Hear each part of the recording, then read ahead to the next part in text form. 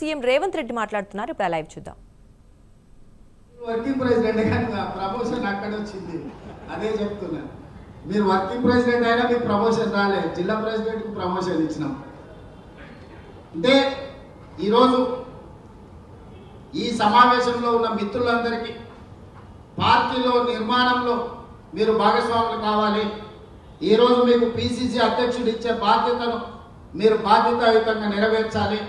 మీరు ఇప్పుడు vice president general secretary అయిపోయినాం కాబట్టి మా రాజకీయ జీవితం నల్లేరు మీద నడక అనుకుంటే మీ అపాయింట్మెంట్ 3 ఇయర్సే, గవర్నమెంట్ ఇంకా 4 సంవత్సరాలు ఉంటుంది.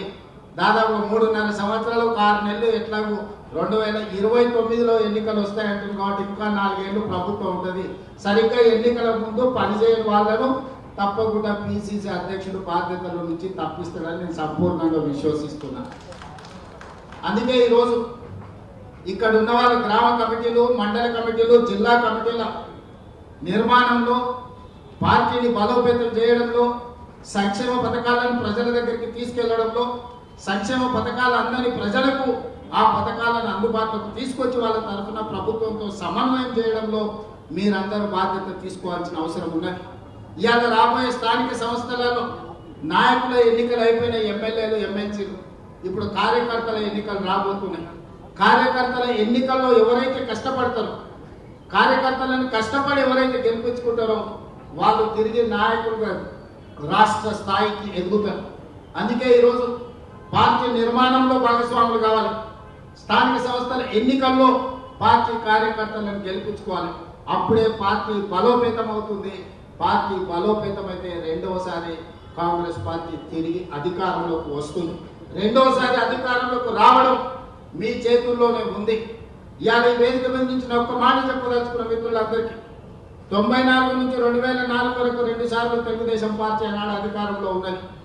2004 నుంచి 2014 వరకు ఆనాడు కాంగ్రెస్ పార్టీ 2 సార్లు అధికారంలో ఉన్నది. 2014 నుంచి 2023 వరకు టిఆర్ఎస్ 2 సార్లు అధికారంలో ఉన్నది.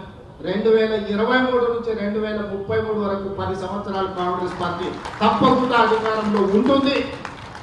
ఈ రోజు ఎవరెవరైతే పార్టీ కోసం పనిచేస్తారో ఈ 10 సంవత్సరాలలో మిమ్మల్ని కాపాడుకున్న బాధ్యత పార్టీ తీసుకుంటుంది. మీనాక్షి నటరాజన్ గారు తీసుకుంటారు. ఈరోజు పార్టీకి ఆ తర్వాత తరం మీరు తెచ్చుకోవాలి. నేను 10 ఏళ్ళ అధికారాన్ని నడిపించే వరకు నేను బాధ్యత తీసుకుంటా. ఆ తర్వాత అధికారంలోకి తీసుకొచ్చి నడిపించాల్సిన బాధ్యత మీరు అందరూ తీసుకోవాలి. ఈరోజు మిత్రులారా, పార్టీ నిర్మాణంలో కీలక భాగస్వామ్యం తీసుకోండి. పార్టీని నిర్మించడంలో ముందు ఉండండి. ఇవాళ కాంగ్రెస్ పార్టీ జాతీయ స్థాయిలో సంక్షేమ పథకాలు కావచ్చు, ఆడబిడ్డలకు ఉచిత ప్రయాణం కావచ్చు, లేకపోతే ఆడబిడ్డలకు రుణమాఫీ 0% వడ్డీ కావచ్చు. ఈరోజు నిరుద్యోగ యువకులకు సంబంధించి దేశంలోనే మొదటి సంవత్సరంలో 60,000 ప్రభుత్వ ఉద్యోగాలు ఇచ్చిన రాష్ట్రం ఏదైనా ఉంది అని అంటే అది తెలంగాణ రాష్ట్రం. మన కాంగ్రెస్ పార్టీ అధికారంలోకి వచ్చిన తర్వాతనే సాధ్యమైంది. 10 సంవత్సరాలు వాళ్ళు ఉద్యోగాలు ఇవ్వలేదు. ఆనాడు నోటిఫికేషన్లు ఇస్తే పరీక్షలు లేవు, పరీక్షలు పెట్టే ప్రశ్నపత్రాలు జిరాక్స్ సెక్టార్లలో పల్లి బఠానీలు అమ్ముకునే పరిస్థితి. పబ్లిక్ సర్వీస్ కమిషన్ అంటే అదొక దళారుల అడ్డగా మార్చింది. కానీ మనం వచ్చిన తర్వాత వీటన్నిటిని ప్రక్షాళన చేసి 60,000 ప్రభుత్వ ఉద్యోగాలు ఇవ్వడం జరిగింది. అదేవిధంగా విద్యకు సంబంధించి టీచర్ల బదిలీలు 10 ఏళ్ళు చేయలే, 16 సంవత్సరాలు ప్రమోషన్లు ఇవ్వలే. మనం అధికారంలోకి వచ్చిన ఎంబడే 35,000 మంది టీచర్లను బదిలీ చేసినాం, 22,000 మంది టీచర్లకు ప్రమోషన్లు ఇచ్చినాం, 11,000 మంది టీచర్ల నూతన నియామకాలు చేపట్టి విద్య మీద ఫోకస్ పెట్టి పేదవాడికి విద్యను అందించాలి. ఈ దేశ భవిష్యత్తు తరగతి గదుల్లో ఉంది అని చెప్పి ఈరోజు కాంగ్రెస్ పార్టీ నిర్ణయం తీసుకున్నది. సంక్షేమానికి సంబంధించి కూడా కాస్మెటిక్ ఛార్జెస్ మనం వచ్చిన తర్వాత 200% పెంచిన విద్యార్థులకు, డైట్ ఛార్జెస్ 40% పెంచినాం. రైతు రుణమాఫీ గురించి, రైతు భరోసా గురించి భట్టి గారు చెప్పిండ్రు. ఒక్క మాటలో చెప్పాలంటే 18 నెలల్లో రైతులకు 1,04,000 కోట్ల రూపాయలు ఖర్చు పెట్టిన ప్రభుత్వం దేశంలోనే కాంగ్రెస్ పార్టీ, తెలంగాణ ప్రభుత్వం. ఇట్లా విద్యకు సంబంధించి ఇంటిగ్రేటెడ్ రెసిడెన్షియల్ స్కూల్స్ కావచ్చు, ఇంటిగ్రేటెడ్ స్కిల్స్ యూనివర్సిటీ కావచ్చు, ఇంటిగ్రేటెడ్ స్పోర్ట్స్ యూనివర్సిటీ కావచ్చు, ఇట్లా ప్రతి విషయంలో ఈరోజు కాంగ్రెస్ పార్టీ ఆదర్శంగా నిలబడి ముందుకు వెళ్తుంది.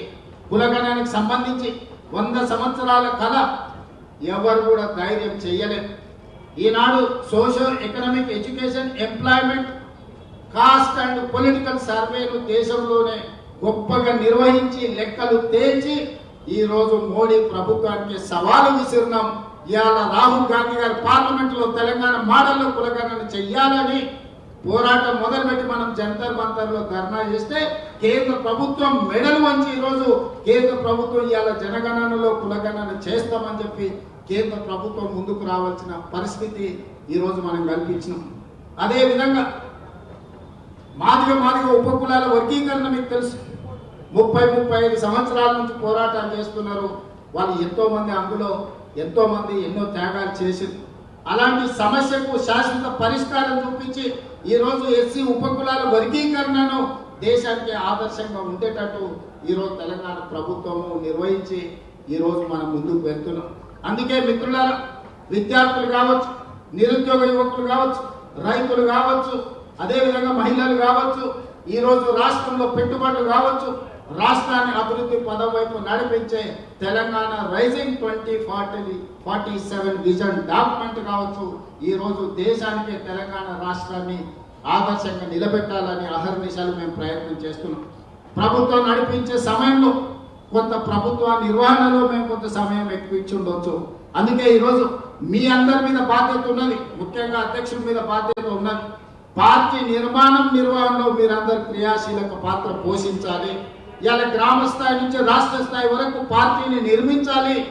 ఈ రోజు ఈ దేశానికి కాంగ్రెస్ పార్టీ తెలంగాణ రాష్ట్రం ఆదర్శంగా ఉండాలి. ఈ బాధ్యత మీరు అందరూ నిర్వహిస్తారని నేను సంపూర్ణంగా విశ్వసిస్తున్నా. ఇక్కడ ఉన్న వాళ్ళందరికీ నా సూచన ఒక్కటే, ఇవాళ చాలా మంది జిల్లా పార్టీ ప్రెసిడెంట్, రాష్ట్ర స్థాయిలో బాధ్యత వహించిన వాళ్ళు ఎమ్మెల్సీలు, మంత్రులు, ఎంపీలు అయిన రేపు భవిష్యత్తులో కూడా పార్టీ పదవే కదా అని చిన్న చూపు చూడకండి. ఈ పార్టీ పదవే మిమ్మల్ని పెద్ద నాయకులుగా తీర్చిదిద్దుతుంది, గొప్ప అవకాశాలను అందిస్తుంది. పార్టీ పదవిని చిన్న చూపు చూసిన, పార్టీ ఇచ్చిన పదవిని నిర్లక్ష్యంతో నిర్వహించిన అది తీరని నష్టం మనకే తెచ్చిపెడుతుంది. మనం చేసే కష్టం మనం ఎదగడానికి ఉపయోగపడుతుంది. మనం చేసే పని 10 మందికి ప్రయోజనం చేకూరుతుంది. అందుకే ఈరోజు మీ పదవులు వచ్చిన వాళ్ళందరికీ వచ్చే ప్రభుత్వంలో 2029లో రెండోసారి ఏర్పడబోయే ప్రభుత్వంలో ఈ రోజు పార్టీ పదవులు ఉన్న వాళ్ళకి చాలా మందికి అవకాశాలు వస్తాయి. డీలిమిటేషన్ జరగబోతుంది, సీట్లు పెరగబోతున్నాయి, మహిళా రిజర్వేషన్లు రాబోతున్నాయి, మా ఆడబిడ్డల అవకాశాలు పెరగబోతున్నాయి, జమిలీ ఎలక్షన్లు కూడా తెస్తామని చెప్తున్నారు. ఇవన్నీ రాజకీయ అవకాశాలను పెంచుతాయి. మరి ఆ సమయానికి మీరు రెడీగా ఉండాలి.